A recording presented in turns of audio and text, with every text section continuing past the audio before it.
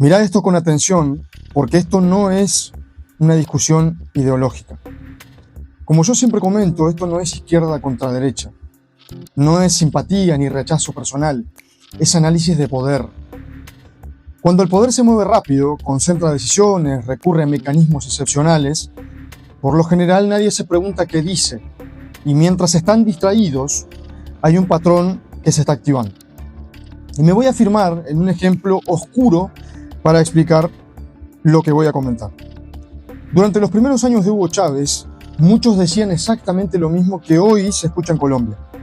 No exageren, es democrático, fue elegido por el pueblo, está corrigiendo injusticias históricas. Y nada de eso era falso, pero tampoco era lo central. Lo central era el método. Vamos a ver el patrón. Primer punto, emergencias y excepcionalidad. No nos olvidemos que Chávez gobernó buena parte de su primer mandato bajo estados de emergencia, leyes habilitantes y decretos con poderes ampliados, no porque no existiera el Congreso, sino porque gobernar con controles le resultaba incómodo. Hoy vemos a Gustavo Petro declarar una emergencia económica. Nosotros no nos endeudamos para financiar gastos ni corrientes de inversión del actual gobierno. Solo nos endeudamos para pagar la deuda de anteriores gobiernos, que en el caso de la deuda interna hecha con nacionales se eleva, pero solo por el efecto de la tasa de interés del Banco de la República. Cosa que la prensa nacional no dice en busca de resultados electorales en favor de sus propietarios, que son los hombres más ricos de Colombia y se acostumbraron a ser los dueños verdaderos del poder. Pero solo en este gobierno el Banco de la República decidió poner la tasa de interés real por encima de la tasa de crecimiento real de la economía. Así, intentó detener el crecimiento económico con una tesis falsa sobre las causas de la inflación, que en mi gobierno decreció sustancialmente. Un mecanismo legal y previsto dentro de la Constitución, pero que concentra facultades en el Ejecutivo, aunque después esté sujeto a revisión del Congreso y de la Corte Constitucional. El argumento es el clásico. La situación es grave, no hay tiempo para el trámite normal, los mecanismos habituales no alcanzan, siempre es urgente, siempre es excepcional, siempre es por ahora, hasta que deja de serlo. Segundo punto, redefinir las reglas de juego. Chávez no tomó el poder rompiendo la Constitución, la reemplazó. Convocó a una constituyente, no como herramienta neutra, sino como un atajo político para redefinir límites, reordenar instituciones y volver a empezar con él en el centro del sistema. Constituyente es una medida absolutamente democrática, tanto la convocatoria, y tú me preguntabas que cómo convocarla. Muy fácil, un presidente de la República puede convocar a referéndum en función de, primero, el artículo 4 de la Constitución Nacional, que dice: la soberanía reside en el pueblo, quien la ejerce mediante el sufragio por los órganos del poder público. Y segundo, el artículo 181 de la Ley Orgánica del Sufragio, que establece la posibilidad de llamar a referéndum para consultar al país sobre asuntos trascendentales. Es más, establece 3 maneras de llamar a referéndum. Primero, que la mayor parte del Congreso lo haga, 2/3 del Congreso. Pero también establece la opción de que sea el presidente en Consejo de Ministros que convoque a referéndum.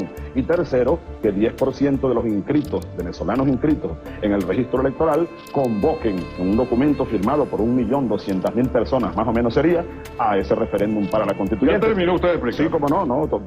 Permíteme terminar esto. Todo eso es un camino democrático. Hoy, en Colombia, no hay una constituyente convocada. Y esto es importante decirlo con precisión. Lo que sí existe es la activación del camino político para impulsarla. No le veo tiempo. Necesidad tampoco se la veo. No puedes acomodar las cosas porque no te salgan bien los temas o tu gobierno no vaya bien, entonces tú vas a hacer una reforma constituyente al final de tu gobierno para ver cómo te sostienes. Yo creo que eso, el presidente Petro siempre fue un crítico de la perpetuidad en el poder y yo creería que él no va a hacer lo mismo que criticó toda la vida. Entonces, realmente pues esa constituyente tendría que ser aprobada por el Congreso de la República y no veo los votos que el Congreso se los vaya a dar para una reforma constituyente. El gobierno nacional pretende irrespetar la Constitución nacional, inventándose una constituyente que no está en la Constitución, donde va a haber 71 delegados, de los cuales 27 los van a escoger ellos, porque vendrán de organizaciones sociales y con características que por decreto va a definir el presidente. Lo más grave, quieren destruir la Corte Constitucional para poder cerrar el Congreso. Desde ahora invitamos a todas las fuerzas activas de la nación a impedir el aspirante a tirano que se ha convertido Gustavo Petro. Discursos públicos, organización de comités y la idea instalada de cambiar las reglas mientras el gobierno está en ejercicio. Yo le diría a los colombianos que cuando un presidente plantea reescribir el marco institucional sin que haya colapso del sistema, no está corrigiendo detalles, está preparando un cambio y uno que no es bueno. Tercer punto, control del monopolio de la fuerza. Y este punto es clave y creo profundamente que es el más sensible. Chávez reorganizó la cúpula militar muy rápido, de forma sistemática, con poca deliberación pública. No necesitaba soldados ideológicos, necesitaba lealtad institucional alineada.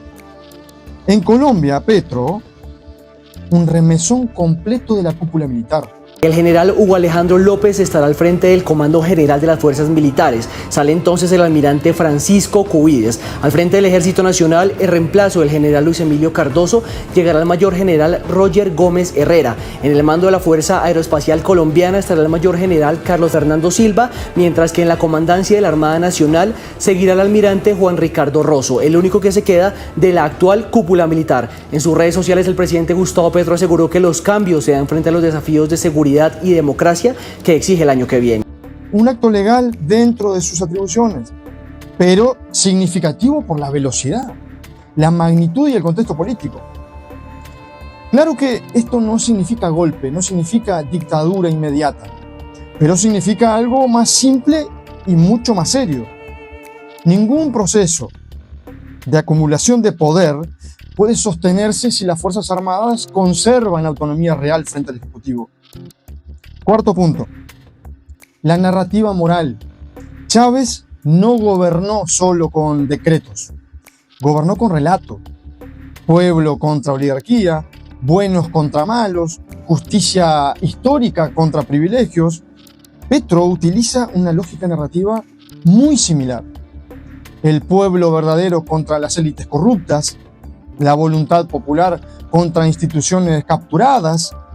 Hay que entender que cuando un gobierno se coloca moralmente por encima de los controles, cualquier límite parece ilegítimo y cualquier crítica se vuelve sospechosa. Quinto punto, desgastar los frenos antes de tocarlos. Este paso es silencioso, pero primero se cuestiona la prensa. Después se desacredita la justicia. Después se acusa al Congreso de bloquear. No se eliminan instituciones, se desgastan. Chávez lo hizo. Petro empieza a recorrer ese camino en el plano discursivo, no cerrando medios ni disolviendo poderes, sino erosionando confianza. Porque sabemos perfectamente que cuando llega el momento crítico, nadie, pero nadie, defiende lo que ya está deslegitimado. Ahora, seamos claros, Colombia no es Venezuela. Tiene más contrapesos, más popularidad política, más sociedad civil activa. Pero ningún país es inmune si se normalizan tres cosas.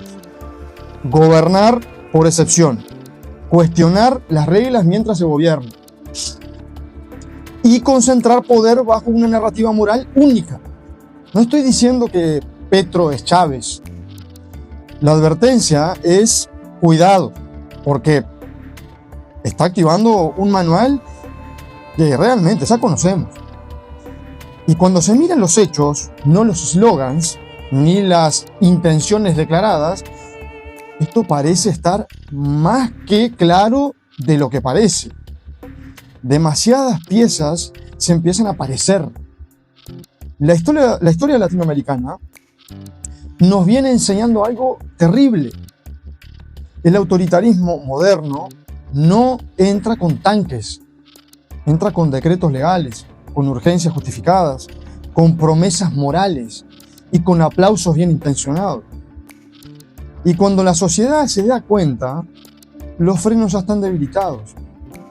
Y esto no es una condena anticipada, es una alerta temprana. Porque cuando el poder pide menos debates, menos controles y más confianza ciega, nunca, en ningún país, fue por poco tiempo.